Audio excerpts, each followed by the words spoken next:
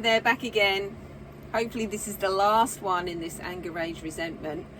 And so hopefully you'll understand why you're angry. You'll have written it down. You'll have pointed the finger of blame, playing the blame game, and then owned the feeling you have, which is perhaps bitter, anger, resentment, disappointment, whatever it is. Hopefully you've got the paper in hand, you've written it, and I want you to scale it on a 1 to 10. Like, on a scale of 1 to 10, how deeply impacted were you when you wrote that letter? So you might not have been deeply impacted, or you might have been deeply impacted. You might have felt that anger, that rage, that even sadness, and cried, you know, just to be aware of what number you'd put on that letter, because it will, there is a reason for that. And so this is going to be perhaps the difficult bit for some people. So I'm going to walk you through it. So don't be afraid to stop the video at certain points where you can actually express this. So what we're going to do is I'm going to get you to close your eyes, and hopefully you're in a safe place. You're not going to be interrupted. You're on your own, and you can speak openly. So make sure that's all happening for you. So I want you to close your eyes, and I want you to breathe in and breathe out, and just relax the whole body. The more your body is relaxed, the more you're going to get out of this process. So just breathe in and breathe out. And I want you to use your imagination, and I want you in your imagination to imagine the person you wrote that letter to. And I want you to notice everything about them: their hair, their clothes, their face, the way they walked, the way they stood. And it doesn't matter if this person is not even on the planet, it won't matter. Just imagine them. And in your mind, I want you to see that person whole, healthy, and well.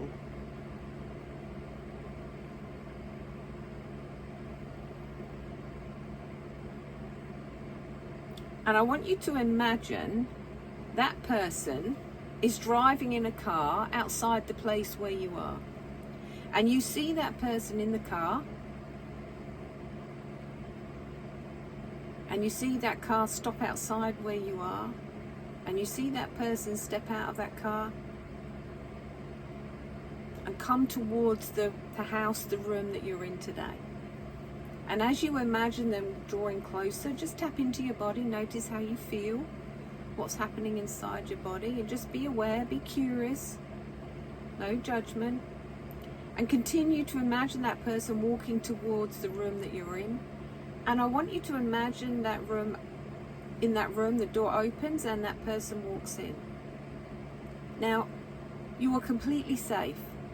They're not allowed to say or do anything. They sit down in the chair in front of you, and I want you to come back to you. Just notice how you feel. Now, if this person's hurt you deeply, you might have some big feelings, and that's okay. Just breathe into them, allow them, acknowledge them, hold them gently and tenderly. It's okay, you're allowed to feel whatever you feel. Now I want you to read the letter out loud to the person that's in the room. And turn this off while you read that letter out loud. So just turn this off and then read the letter out loud.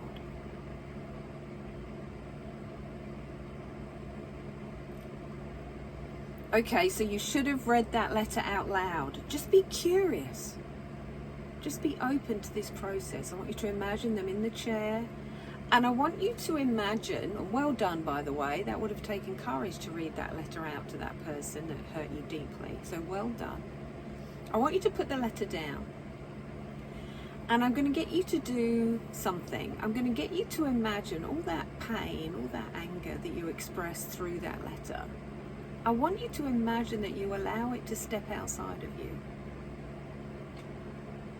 And you're going to watch that part of you, that angry, rageful, disappointed, hurt, wounded, whatever it is. I want you to imagine it steps outside of your body and you see it as a separate object to you. And you're going to watch it and you're going to give permission to let this part of you do whatever it takes, whatever it wants to do. It might want to kick, punch, kill, beat, scream, shout, yell, and you're going to watch it.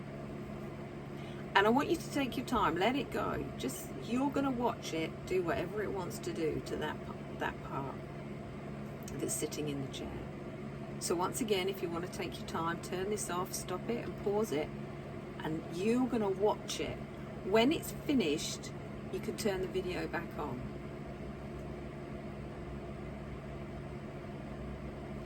So I assume you've allowed that angry, rageful, disappointed part to do whatever it wants to that person sitting in the chair. So now you've turned me back on, and I want you to imagine that part of you, that angry, wounded part of you, becomes a very small child. In fact, it's you.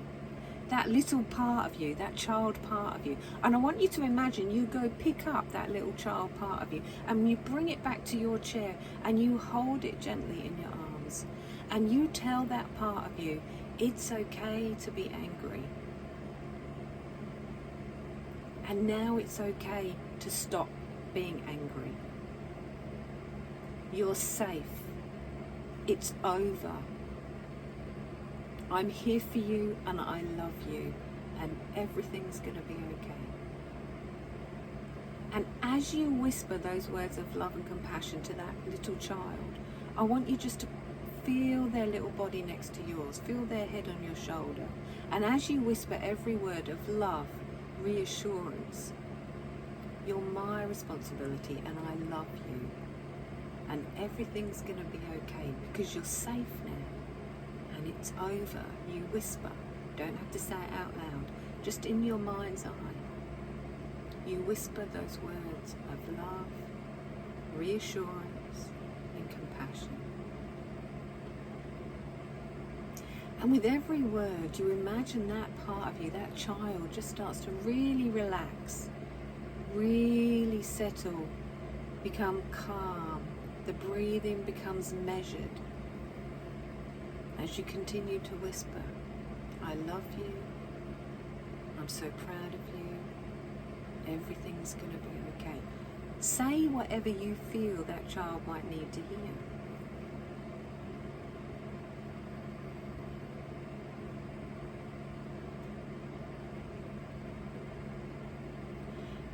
And when you're finished saying whatever you think that child needs to hear, I want you to breathe in deeply. I want you to breathe in, and with every breath you breathe in, I want you to imagine that child part of you moves slowly back inside of you, and the two of you become one once again. And when you're completely back together, and if I'm going too fast, you can just press the pause button. But as soon as you are back together, I want you to search your mind, your heart, because that person's still sitting in the chair, for anything else you'd like to say, or what it was like for you growing up, or what it was like, anything at all. Keep to the negative for now. We'll move into anything more positive you might want to say. But is there anything else you want to say? Now, pause the video and then speak that out to that person. If not, we'll just move on. Now, I want you to go sit in the other chair. Literally get up and go sit in the other chair. And I want you to imagine you are that person. And I want you to imagine that as you sit in the chair, you see the you that expressed, read out that letter in the other chair. And I want you to say a couple of things, and then I'm going to let you say whatever you want to say, okay? I want you to say to that other part, everything you said was true. And I am so sorry.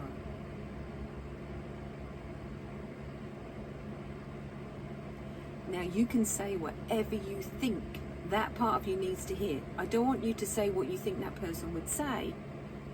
It's about what you need to hear them say. Now, maybe you need to hear them say, the reason I couldn't love you or didn't love you is not because you weren't lovable. It's because I wasn't capable. and I am truly sorry.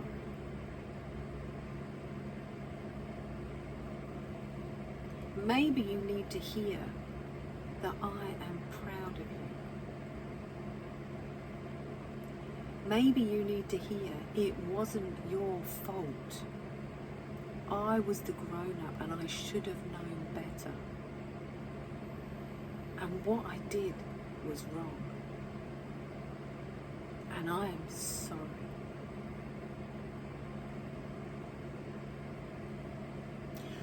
Maybe you need to hear, I can't take back the past. Oh, how I wish I could, but I can't. And I am so sorry.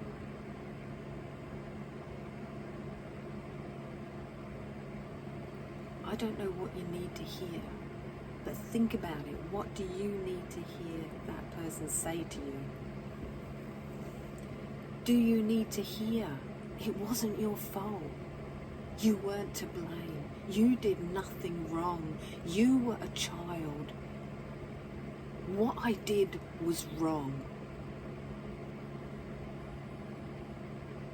And you have every right to feel the way you feel. And I deserve all of what you said and did. Maybe stop the video and think about what you need to hear that person say.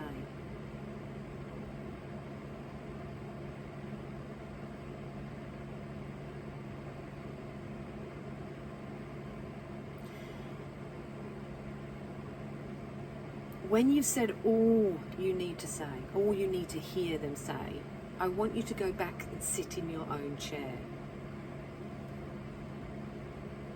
And I'm going to ask you a question. Are you ready to give up your right to punish that person for what they did to you? Are you ready to give up your right to punish them for what they did to you? Now, if the answer is yes, and hopefully it will be yes, I want you to say this to them. I want you to say to that person, I realise I've been holding on to all of this pain, anger and resentment and disappointment. And I realise that's not working for me. It's keeping me stuck. And I'm done being stuck.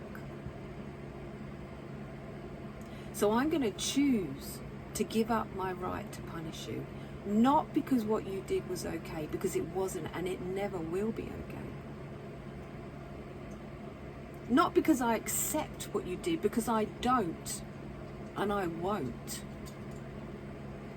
The reason I'm going to give up my right to punish you is so my soul and spirit can be at peace.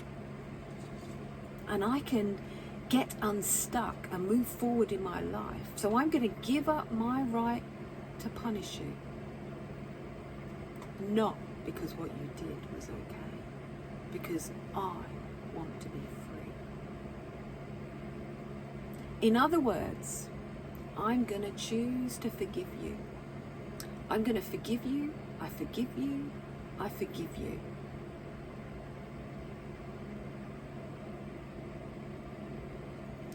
Now, is there anything else you want to say to that person?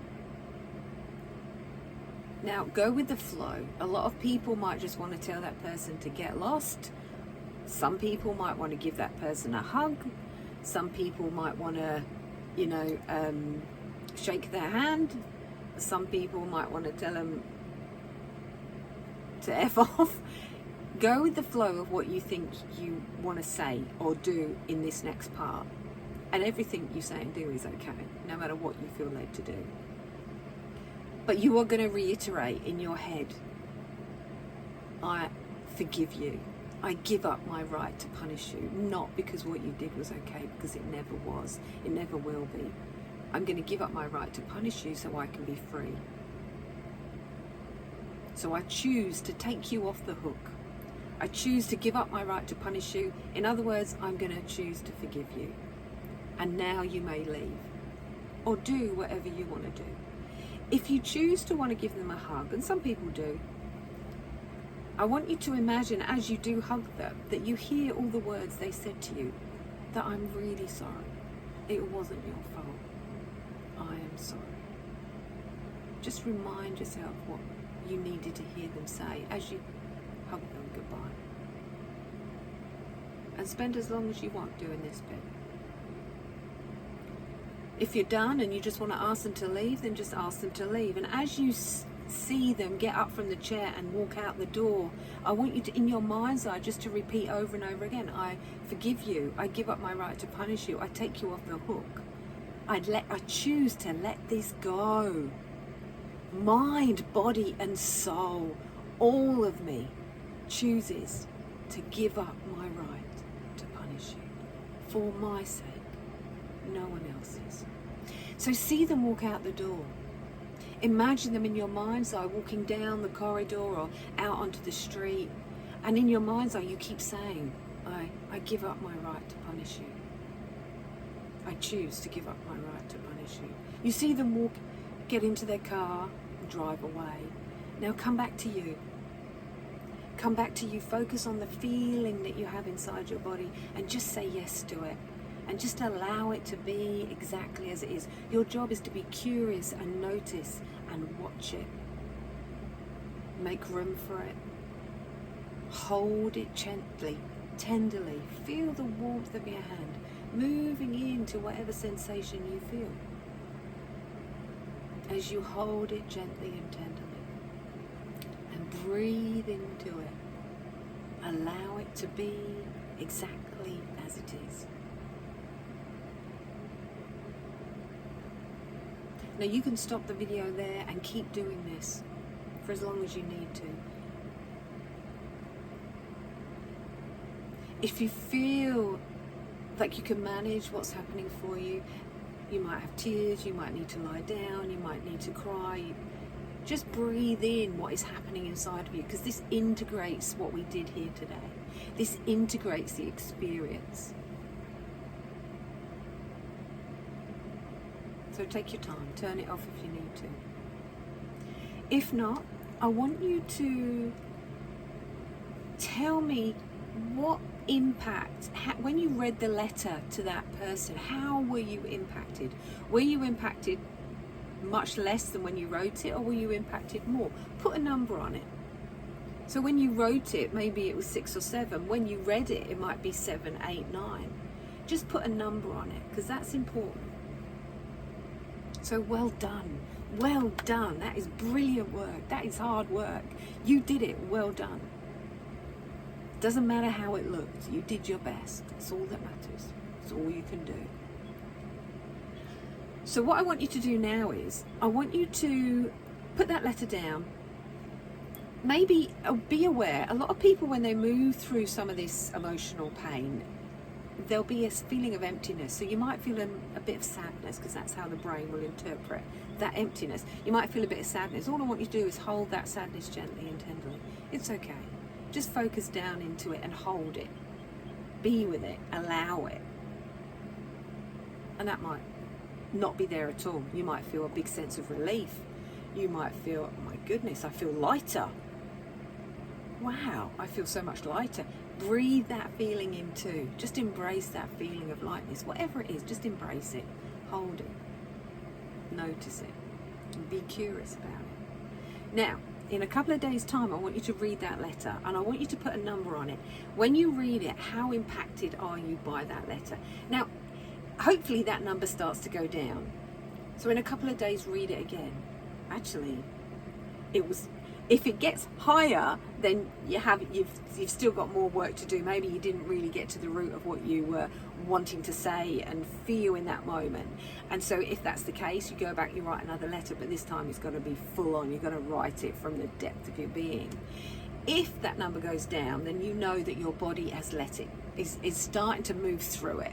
It's starting to process it out of you. So by writing it, by reading it. And so if that number goes down, if it goes up, do it again, but write the letter even more emphatically, and do the whole process again and see what the number. So your body, once it's processed, it will start, that number will start, you will be less impacted by the words you've written, you'll start to feel differently, and you'll feel it. You can trust yourself. You can feel it. It will shift. If the number goes down, and don't spend more than a week. If this number is going down after a week, I want you to burn that letter. So what I want you to do is I want you to have a ceremonial burning. If you can bring in a witness, then do so. If not, it doesn't matter. Witness burning of that letter, and I want you to burn the letter. I want you to allow the smoke to just come up, and once again I want you to say, I choose to give up my right to punish you. And as the smoke goes up, you kind of just say, keep saying it, I choose to give up my right to punish you. I choose to forgive you so I can be free. And you watch that smoke move up. When it's all burnt, you can take those ashes and you can put them around a bush, throw them in the bin, put them in the garden, do something with them. As you walk away from that piece of paper that you burn, those words that you burn, I want you to draw a line in the sand, an imaginary line in the sand. And as you walk over that line, I want you to say out loud, I choose to put the past in the past.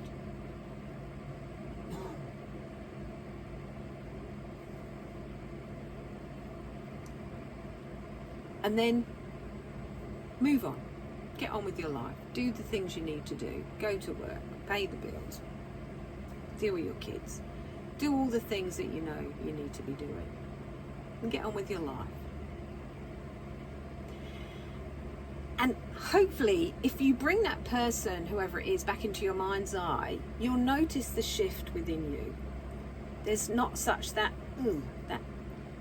the thoughts don't come so readily, because what happens when your body heals, your mind will put that into long-term memory, and it won't be there right at the front of your head every time you lay down. The pain hopefully would have gone out of your body.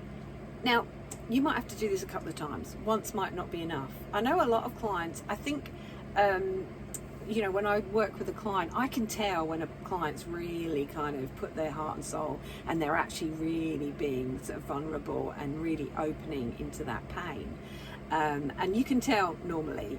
And I think actually, some people, if you don't really know the therapist that well, it's hard to reveal your innermost, darkest thoughts and feelings. But actually, when you're home alone, you could just go for it. You could really go for it. No one's watching. So I actually think sometimes if you do it, it can actually be more powerful to do at home, because you won't be holding back. You won't, because a lot of the times people go, oh, I can't say that in front of the therapist. I can't let them know how I really feel. And that's why when I get you to imagine the angry, hurt, wounded part of you, to step outside of you, you do that in your imagination. No one has to know what you said or did, or what I've had people kill them. That's quite a popular one, if I'm honest, and I think that's okay.